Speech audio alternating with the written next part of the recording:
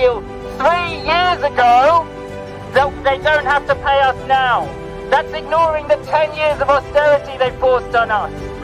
The pay freezes, the cuts.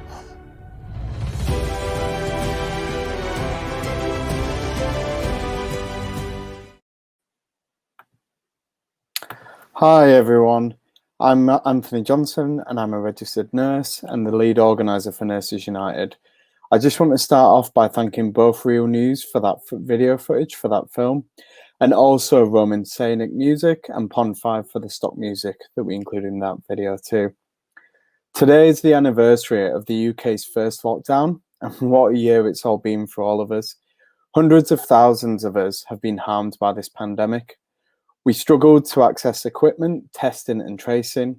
A lot of us have caught the virus, or our loved ones have, and it's harmed us physically and emotionally on an acute and sometimes long-term basis. And as we all know, hundreds of thousands of us have died because of the failures of this government. We've also, though, had some elements of hope, like this campaign that we've built for a 15% restorative pay rise, and shown that there is a willingness out there to build power amongst all NHS workers, as long as we're giving people the chance and the support to be able to do things.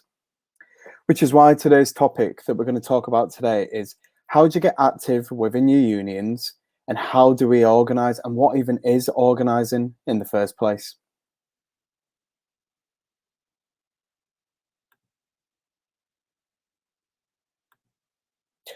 So I thought the first most important thing for us to even talk about is what is organising. So organising is the way that we build power together as a collective to be able to win campaigns. It's an ideology. It's not just, you know, you'll hear the term thrown out a lot of like, oh, I'm an organiser or those different kind of things. But for me, organising is the ways that we build power collectively together.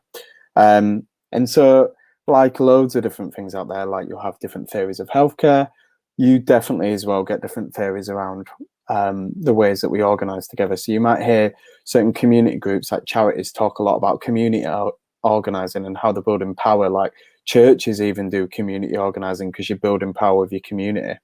You hear people like political organisations often say these days stuff like big organising. And you often hear as well the unions talking a lot about workplace organising and how we're going to build up power collectively together to be able to win things like the 15% pay campaign.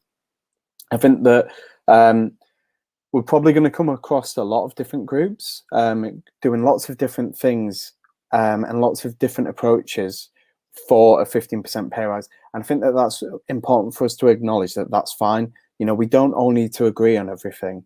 Nurses United often talks a lot about the movement ecology and us all occupying different niches but pushing against the same problem, and that's okay, it's fine. It's important for us to acknowledge that there are different groups out there, there are different unions, different organisations pushing for different levels of pay rise. The main thing that's important for us to remember is that we're going and all pushing for substantive pay rise for each other.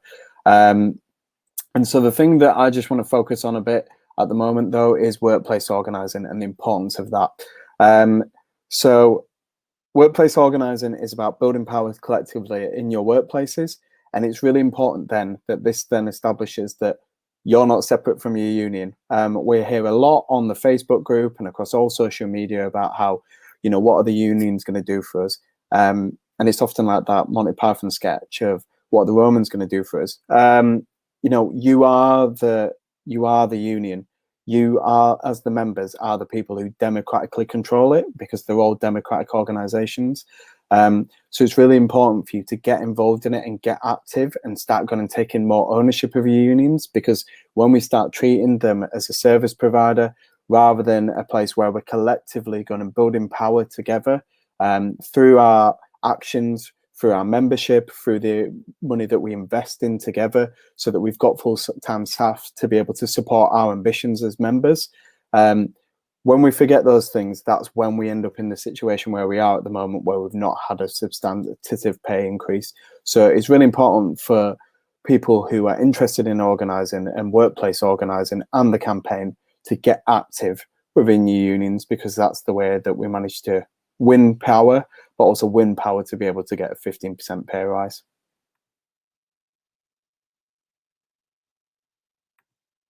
So how do you get active in your union? It's a really useful question. It's one I constantly hear across all the different social media pages, and I get it. If you don't know what you don't know, dear. If you've never been involved or active within a union before, it's hard to know what you should be doing. I know it seems daft, but the most important thing you could do right now is to go onto your union's website, go into the membership area and update your details, because I can promise you something's going to be out of date, whether or not it's your email, it's your address, where you work, your phone number. Update your details and make sure they're active. And if yours are perfect, the next thing to do is to make sure you go to your team and make sure all of them have got their details up to date, because that's a big problem. We're trying to pass industrial action of any kind, whether or not it's work to rule or strike action. Unions are going to have out-of-date data, so we need to make sure that we support the union leadership. Also remembering that we are the unions by going and making sure that we get people's details up to date. So that's the best thing you can do right now to be active. Other things that you can do, though, are contact your local regional office or your branch and find out when your branch meetings are. Go along, attend them. Also ask if they can give you materials and resources for you to start campaigning and getting active within your union, because obviously we've produced resources for the 15% pay campaign, but your union's going to be able to help fund and resource those resources for you. And it's really useful if you can go take them up on that. Another thing to do is to become a rep and also run for elected office, because too many elected roles within unions are held by people who haven't been on the front lines of the NHS for quite some time. And quite a lot of them as well, the roles are vacant sometimes as well. So if there's these empty roles, you guys need to get in there and step up to them. And another part of that is, as we all know from our history, there should be a rep in every single unit throughout the NHS. I can promise you now, we certainly don't have that. So if you can go volunteer to be a rep, if you can encourage others to become a rep, it's the ways for us to be able to be all linked up and network together, because we need that. We need that unity to be able to fight this campaign for a 15% pay rise and be able to potentially successfully pass industrial action. We need that representation across the NHS, and you guys will get skills, you'll get training, it will help your career if you do it. So definitely put yourself forward to become a rep or for any other elected role. And I suppose the other thing, the last thing I'd say to be active is to attend your conferences, but also, I know it might feel daft, but to not necessarily move unions at the moment. We know that there's lots of different offers coming from all the different unions, which is great. But the reality is your union is you. It's you as the members. And I think the frustrating thing I often find is people are moving unions a lot. And if we do that, some unions have rules where you can't be elected into certain offices unless you've been a member for 3 or sometimes 5 years.